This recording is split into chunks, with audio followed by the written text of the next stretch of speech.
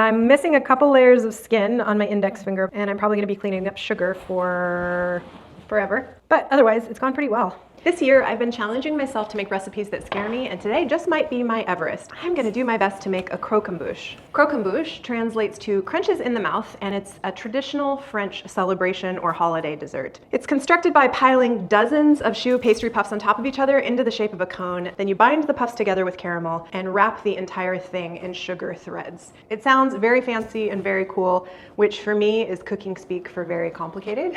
So I'm hopeful that all of the components come together today. I'm coming into this dessert today as the definite underdog. We have the first casualty. I've successfully made edible choux pastry one time. I have more losses than wins in the caramel department, and I've never tried my hand at decorating with sugar. I have now. Hopefully at the end of the day, I'll have something that looks beautiful and tastes delicious, but if nothing else, it might be fun to watch me fail. To be expected at least once, huh? Shall we keep going? I come before you today with limited experience, yet a really positive attitude, and all the ingredients necessary to make a croquembouche. This is Claire Saffit's cookbook, Dessert Person, and this will be the Bible that I will be following today. In researching this recipe, I knew that there were several different components, but you know you're in for it when a cookbook author refers you to 3 other recipes in their book to complete the one recipe that you're trying to get done that day. I expect this to take me all day, and while I did do a trial run of the pâte à choux yesterday, it was 50% successful, so I'm hopeful that we have something that is light and fluffy and crunchy and puffs up today. I'm most nervous, I think, about the sugar work. Caramel has traditionally been really difficult for me to make, and I have no idea why. But today, I'm gonna be as patient as I can, which honestly is not that patient, and do my best to follow the instructions word for word. So at the end, we have something that looks like this. So multiple different components in this dish today, like any good French dessert. First, make the craquelin. Second, we will make the choux pastry and bake the puffs. While they're cooling, we'll make the filling for the puffs, which is a chocolate pastry cream. We'll fill the puffs, make a couple batches of caramel, and assemble the whole thing. Special tools and equipment, not anything super crazy. I'm using a KitchenAid, but a hand mixer would work as well. I've already created some templates on which to pipe my choux pastry. We will need a couple different piping bags and a couple different tips. Other than that, it's the aforementioned positive attitude, some reading comprehension, and probably a whole lot of patience. So I'm gonna get started on the craquelin. We're making like 70 to 80 cream puffs today. So we'll also need 70 to 80 of these little discs that sit on top of the cream puffs. So we start with some softened butter and brown sugar. And we're gonna mix these until this mixture is smooth.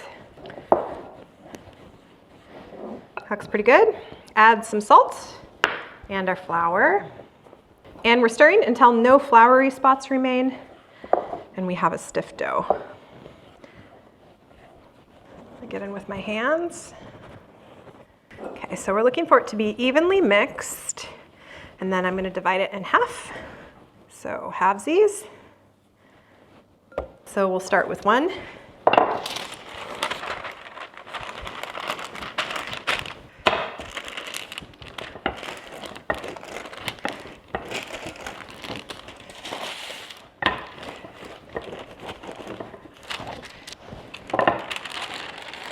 Seems pretty good.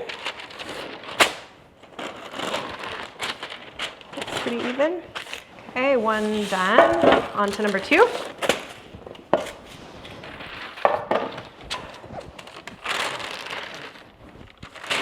Looks good. Number 2 done.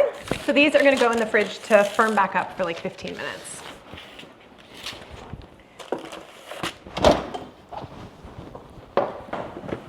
Time to make some rounds. Feels good. So I'm just trying to punch out 1-inch rounds from this dough. So I'm gonna try to make these as close together as I can because we need to get so many of them.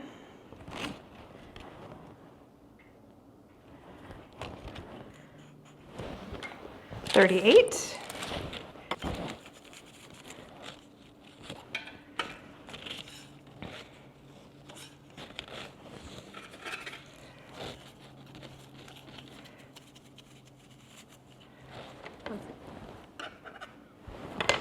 Okay, there we go. I think there are about 70 here. These are gonna go back in the fridge, covered, and be ready for us when we finish the choux pastries.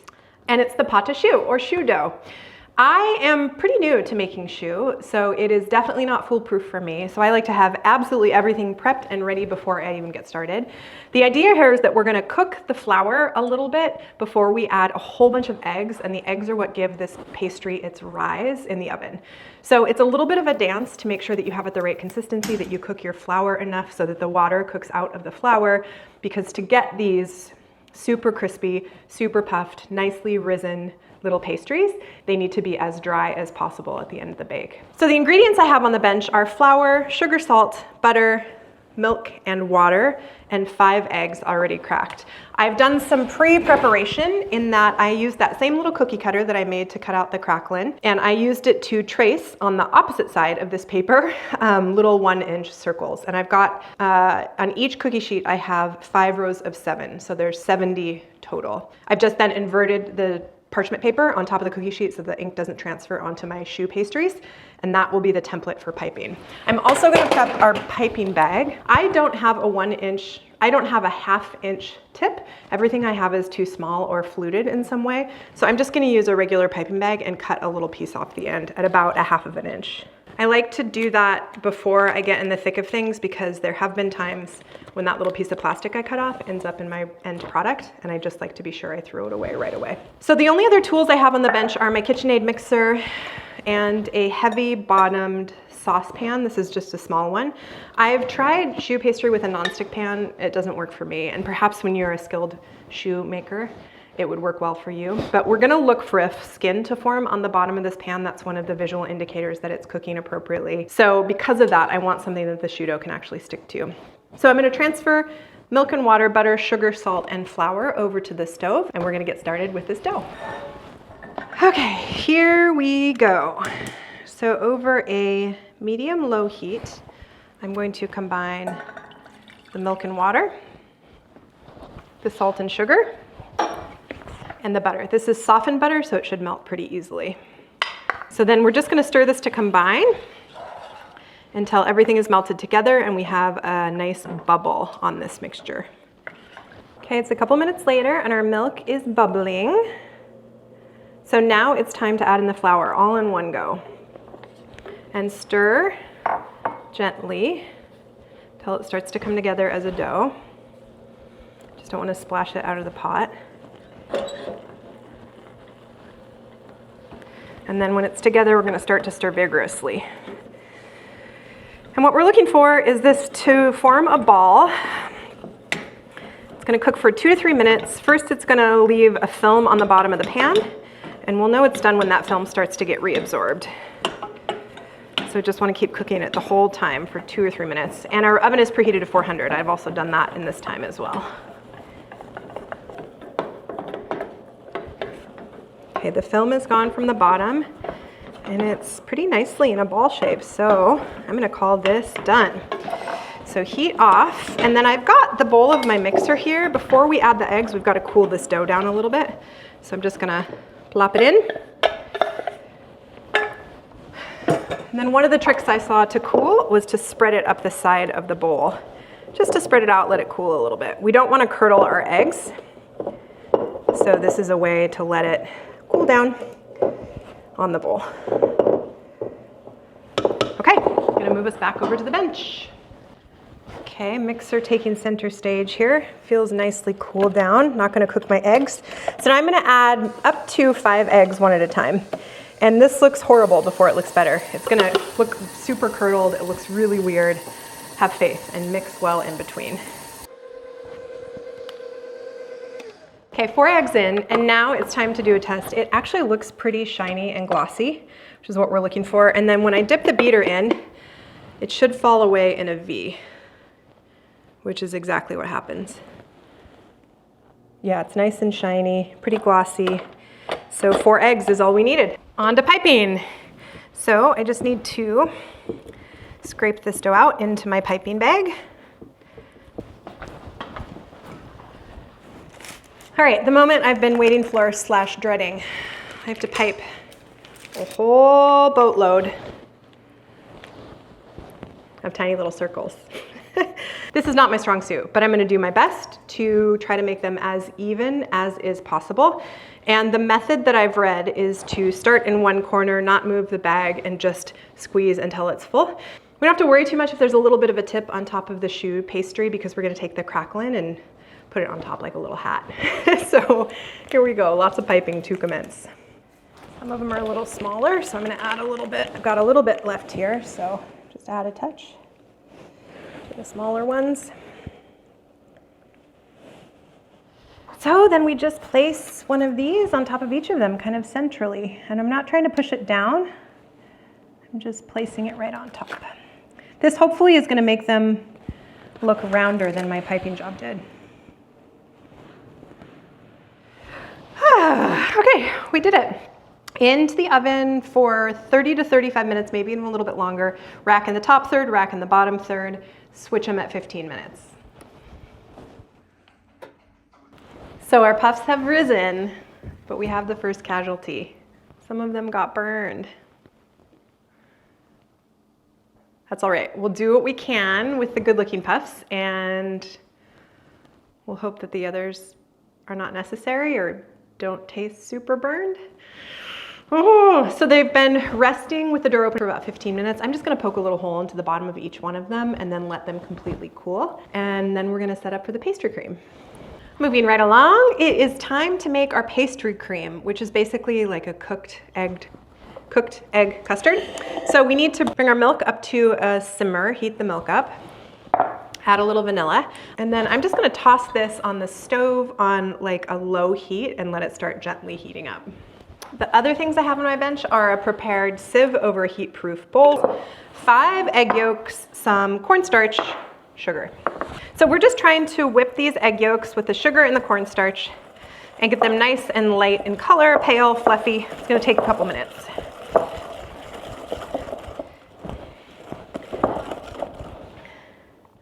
That looks perfect. It's lightened in color, it's nice and thick, it's ribbony. So I'm gonna take this over to the stove and tend to our warm milk. Milk is heating up nicely. I need to now temper the eggs. So I'm gonna take a ladleful of the hot milk.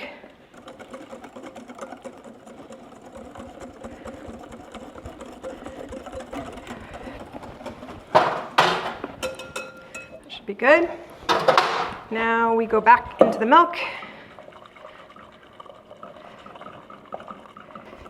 And hope that we've not curdled anything.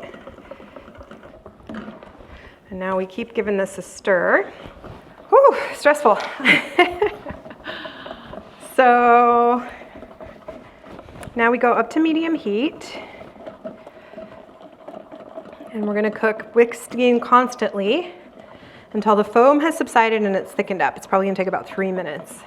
The cornstarch has to boil for this mixture to get as thick as it will get. So that's what we're working on. So when I pause whisking for 5 seconds, a few bubbles should form beneath the surface and pop. If they don't, we're not done yet. Ooh, saw a bubble, we're done. Now this goes through the sieve.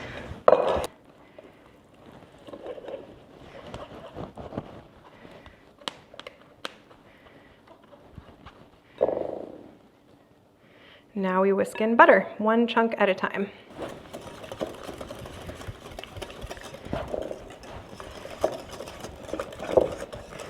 Last piece of butter. The goal is for this to be hot enough to melt our chocolate. I'm not sure that it is, but I'm gonna try.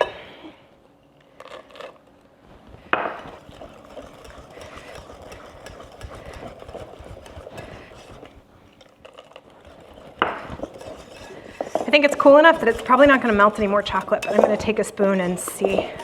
We're gonna test for how warm it is, and I'm also gonna taste it to see if it's chocolatey enough.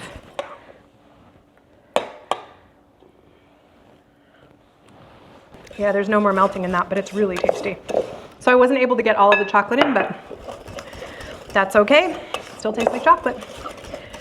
Now we're gonna cover this in plastic and actually put the plastic touching the pastry cream because we don't want a skin to form. And then it's gonna cool in the fridge. Okay, into the fridge until it's all the way cool.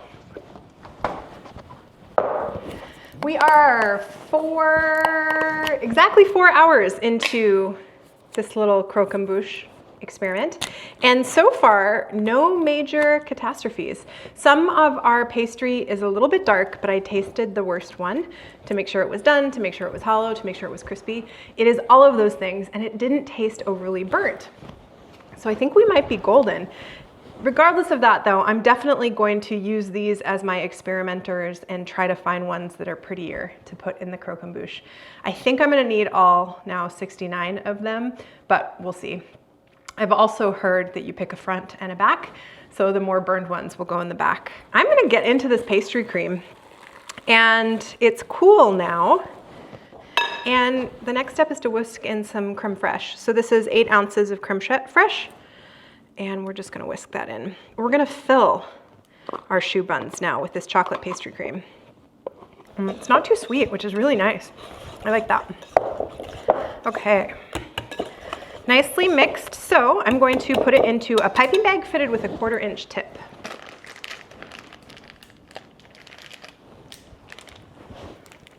Okay, now comes the scary part. Here's an example of a bun with a hole in the side. I think it's gonna be easier for me to pop some in this way so that I can kind of see how much I need just as a practice one. Well, I think I was maybe too liberal with the pastry cream because I've got about 1/3, maybe 1/4 that won't be filled. So I'm just picking the best of the burnt ones and tossing in just a little scotch. So if I were to do this again, which is very undetermined at this moment, I would probably 1.5 times the pastry cream that I made. Oh, one other thing that I forgot to tell you that happened behind the scenes. My hands aren't very big, and so I was having a lot of trouble piping with the full piping bag and only using one hand. Since you have to hold the puff with one hand and the piping bag with the other, it was too full for me to manage unless I added the coupler onto the bottom of my piping bag. That keeps the tip more in place, and it makes sure that if you release the pressure on it, which I was having to do often to twist it with both hands, it makes sure that the tip doesn't move around, and it just makes it a little bit easier in general. So the other thing beyond maybe doubling the pastry cream that I would do next time is actually probably only fill the pastry bag about halfway and then do 2 rounds of it, just to accommodate my hands, which are on the smaller side. Okay, these are ready to be dipped in caramel when we have caramel. So caramel is not super hard. It's just something you have to monitor. It's really just sugar and water. And the 2 things I'm trying to avoid are burning it and crystallizing it. And so what I've got over at the stove is some additional water beyond just the 1/2 cup that the recipe calls for, and a little pastry brush. If I see any crystallization on the side of my saucepan, I'm just gonna kind of wet it down with that pastry brush. This is one of 2 batches of caramel, and the only other things that I have to be ready for are a couple of nitrile gloves, and these are gonna be as I dip the caramel. Molten sugar is horrible to deal with, and if it burns you, it burns for a while, so the gloves will at least make the sugar dry on the glove instead of your hand. And then this is the base that we're gonna build our croquembouche on. So those 2 things are ready. Puffs are ready. First round of caramel. Here we go. Okay, we've got caramel. It went pretty well. I just have to do all of that one more time. So does it smell good in here, Betty? Okay, so now we have to get these guys caramelly. I'm gonna actually start on some of the ones that are not filled, that are practices. So the intent is to hold the edges, dip just the top. Try not to scald yourself. Hello. And then put them dip side up. And we repeat 69 times.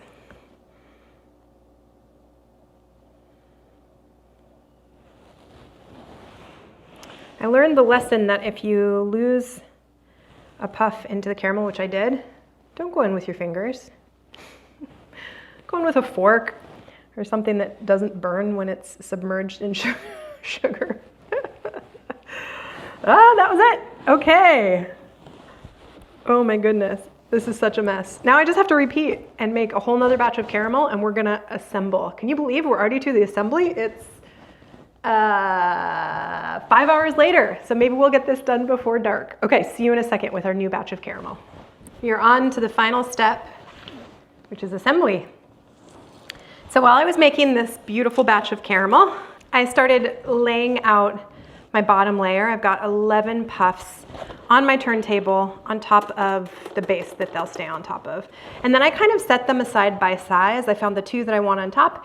I put some weird shaped ones together, medium sized, large, and smaller ones. And then of course the ones off to the side are the ones that are not filled that are a little bit burnt. Whoever gets those really gets the short end of the stick.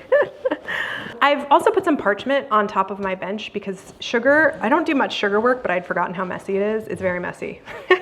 So I think we're just gonna get started building. So what we're doing this time is dipping a side in, and the side is what's going to affix the cream puff to the board. And we just wanna tilt it in slightly, just like that. So on this bottom layer, I'm not going to be shy on the amount of sugar that I use, just to make sure that they stick well. And again, I'm just leaning them in ever so slightly because we want this to come to a cone.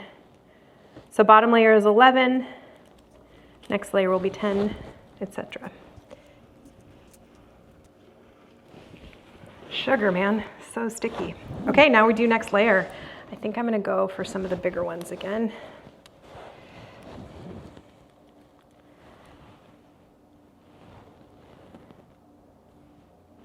I'm trying to fill the gaps in between.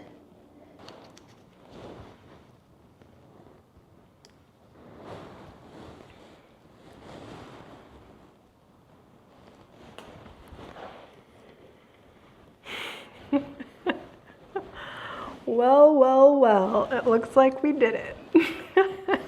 Okay, I gotta do the messy part now. Messy part, AKA the fun part.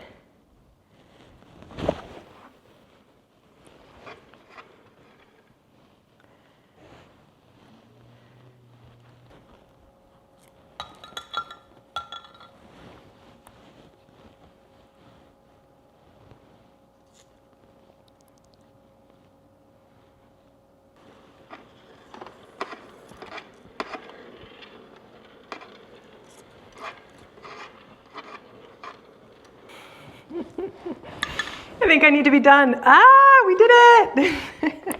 It's shockingly sturdy.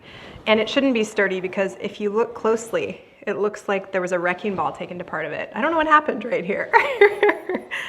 The sugar threads worked beautifully. This was all in all not a bad day. So it's taken me about 6 hours and 20 minutes. I think in a pinch, I could shave probably an hour off of that if I didn't have to think about camera angles and keeping a clean background. Few things that I learned. My oven absolutely has hot spots that led to a lot of the color on these bad boys, but I only had to use a couple of the really darkest ones.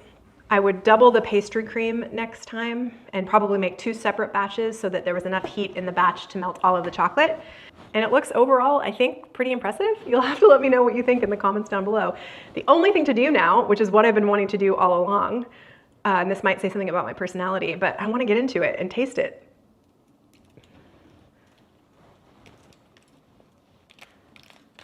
Oh, 4 at a time, huh? Let's see if I can crack one off. Perfect. Look at those sugar strands I'm going to show you.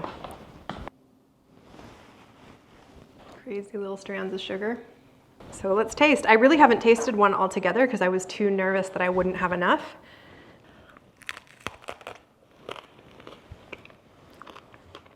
You hear that crunch? Okay, I want to break one apart so you can see what the inside looks like. Maybe. See if I can pull the top off of this guy. That's the sugar top. Okay. There we go. Look at all of the pastry cream I was able to get into these. They popped up really nicely. Well, my friends, a croquembouche complete. We knocked another one off of the cooking bucket list before the end of the year. I hope you take this as a sign to do something that scares you. This was time-consuming, required a little bit of finesse. I learned a lot. It certainly is not perfect, but it actually wasn't that hard. The parts that I thought would be the hardest were actually the easiest, and the part that I thought would be the easiest, which is my oven cooking appropriately, was the hardest. But regardless, it is such a beautiful celebration dessert, and I think pretty impressive. You'll have to let me know what you think in the comments down below. The beauty of this dessert, and its downfall is that it's not gonna last for very long. What I mean by that is this croquembouche is gonna get absolutely gobbled up in the next couple of hours. But if it wasn't to get gobbled up in the next couple of hours, unfortunately, it's not gonna last until tomorrow. So if you're making this one, you really do have to do it just a couple hours in advance of when you want to serve it.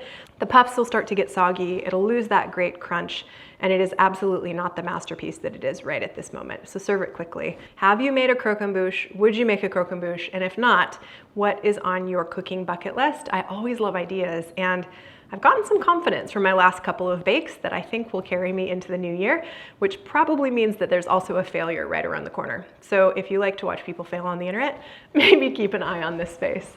Thank you so much for being here with me today and spending the day in my kitchen. I really do appreciate it when you spend your time with me. If you liked this video, please give it a like. And if you want to stick around, please subscribe to the channel. And from my kitchen to yours, a very happy new year. Cheers.